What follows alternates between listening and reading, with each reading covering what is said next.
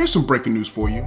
The Boston Celtics, they will not win an NBA title with Kemba Walker and Jayson Tatum playing the way that they are. Listen, I get it. Jayson Tatum is a monster and he's only getting better. But I'm going to give you two big time reasons why the Boston Celtics, they won't even make the finals, let alone win a title.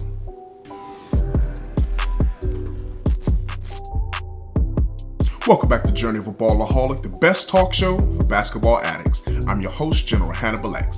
Now, if you're new here on this channel, you're going to be getting my passionate and unfiltered opinion on the hottest NBA and college basketball topics. Now, go ahead and hit that subscribe button, hit that like button, share this, and make sure you tap that notification bell because I upload videos every Monday and Friday at 6 p.m. Eastern Standard Time. And I don't want you to miss anything because we're about to start ramping this thing up as we get closer to the playoffs, as well as even with some college basketball and March Madness tournament coming right around the corner. So let's jump right into the beginning of this video. The Boston Celtics.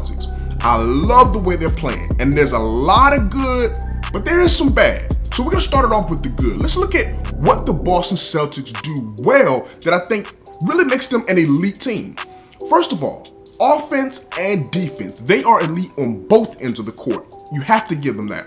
Right now, the Boston Celtics are the number 5 team in offensive efficiency, and they're number 3 in defensive efficiency. So you're talking about a top 5 offense and top 5 defensive team. That's elite. And the reason that's very important is because out of the last 23 years since they've been tracking offense and defensive efficiencies, the teams who have won the championships were top 11 in offense as well as top 11 in defense 95% of the time. I'm gonna say that again.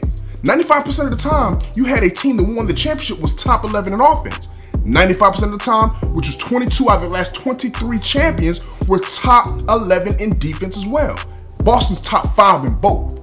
Here's another fact. The reality is the Boston Celtics, they are the number 3 team in net rating. So you're looking at offense and defense and they're trying to combine those into net rating. They're the number 3 team in net rating. And that's very important because out of those 23 years that they've been tracking net rating, every single team that won a championship was top 8 in net rating.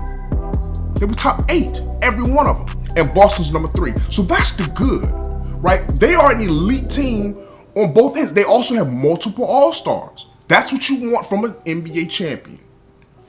Here's the bad though. Those multiple all-stars that they have, which is Jayson Tatum and Kemba Walker, these two guys are just, for lack of a better word, they're too inefficient.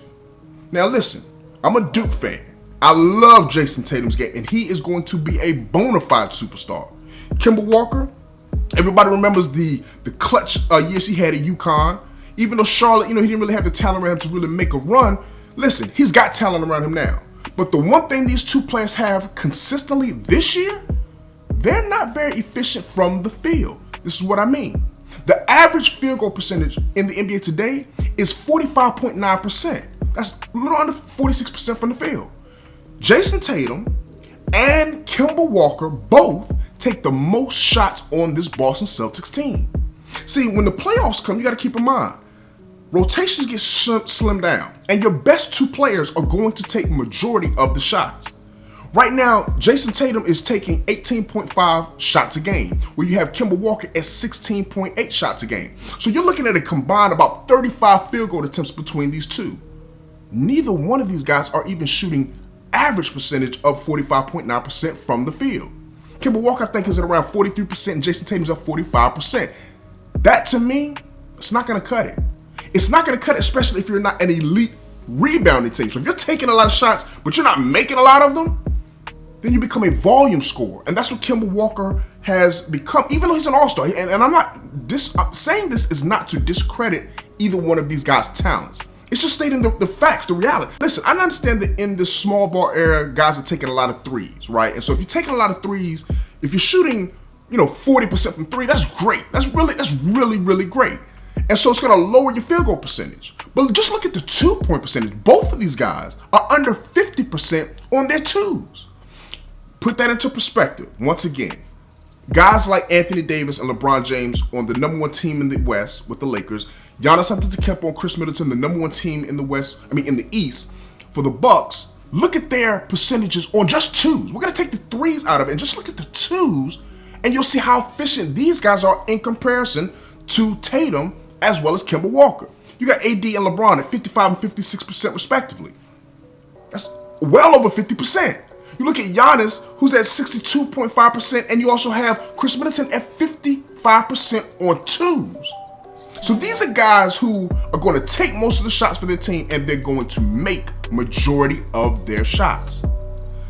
So inefficiency is one thing, right? And that's not the end-all be-all, because as we know, as an offensive team, they're the number 5 offensive team in the NBA. I get that. But here's one of the bigger problems as well. You got to keep in mind that when it comes to the defense, even though they are a top 3 defense, styles make fights. And at the end of the day, to me, the biggest threat to the Boston Celtics, that's the Milwaukee Bucks. And we talked about Giannis and Chris Middleton, but let's look at Giannis, the reigning MVP, who's likely going to probably be a 2-time MVP. You look at Giannis, who in the world is going to match up from the Boston Celtics with Giannis? Now, we saw this 2 match up in the playoffs just last year, and it was a 5-game series. Kyrie Irving went bananas in game 1, won the game for them basically, and in games 2 through 5, it was all Giannis. And they had a better defender at that time last year than they do this year to be able to guard Giannis, and that was Al Horford. Al Horford gives Giannis problem because he's a position defender, right? He's very good at moving his feet. He's very good at having just a high basketball IQ. Well, Al Horford's gone. He's over in Philly. And right now, you're looking at the lineup that the Boston Celtics are going to use mostly. When you look at that starting lineup, whether it's a Jayson Tatum, whether it's a Gordon Hayward, whether it's a Brown, whether it's a Theus, none of these guys are over 6'8". Not one of them is over 6'8". Theus is the biggest guy on that starting lineup, right? He's 6'8", 240. Giannis is basically a 7-footer with about 240 pounds of nothing but sheer muscle. Theus he's not good enough to guard him. Theus is the best shot blocker that the Boston Celtics have in their rotation. I'm gonna say that again. Theus is the best shot blocker the Celtics have in their rotation. He's averaging about a block a game. That's not going to cut it for your best shot blocker when he's only 6'8" as well. So who are you going to put on Giannis? You're going to put Jaylen Brown at 6'6", what is it, about 215? You're going to put Jayson Tatum on him, your best offensive player you're going to put on Giannis? That doesn't make sense. Gordon Hayward, he's just too slow of a foot, just not good enough defensively. Marcus Smart, one of their best defenders, but he's 6'4", 6'5"? They have literally no answer for one of the top 2 to 3 players in the game today. And so that means you have to send a double team at Giannis. And the Milwaukee Bucks are the number 1 efficient offense in the league because Giannis is creating all of these easy and open shots for his teammates. Once again, we talked about Chris Middleton and his efficiency, and he's right now in the 50-40-90 club, about to join Larry Bird and Dirk Nowitzki and Kevin Durant and Steph Curry as the only players in NBA history to average over 20 points a game while shooting 50% from the field, 40% from the 3, and 90% from the free throw line. He's on pace to join that elite club from a shooting and efficiency standpoint. So when I look at the Boston Celtics, though I love their talent, I love this team, great coaching as well. I got to give Brad Stevens a lot of credit, and I think he does better at coaching more under the radar teams, as we saw with Butler and even the Boston Celtics when Tatum was a rookie, in comparison to where he has to coach big egos and big superstars, right? So I think this team right here has the ability to succeed. I just don't think it's going to be this year, and it may not be even next year. Boston's going to have to get a power forward and or a center, a true power forward or center that's going to be able to compete with Giannis on the perimeter / inside. They've got to be able to have somebody to guard him. That's what the Toronto Raptors did last year. You got to remember, the Raptors had not just Kawhi Leonard guarding Giannis, right? It wasn't just Kawhi that stopped Giannis.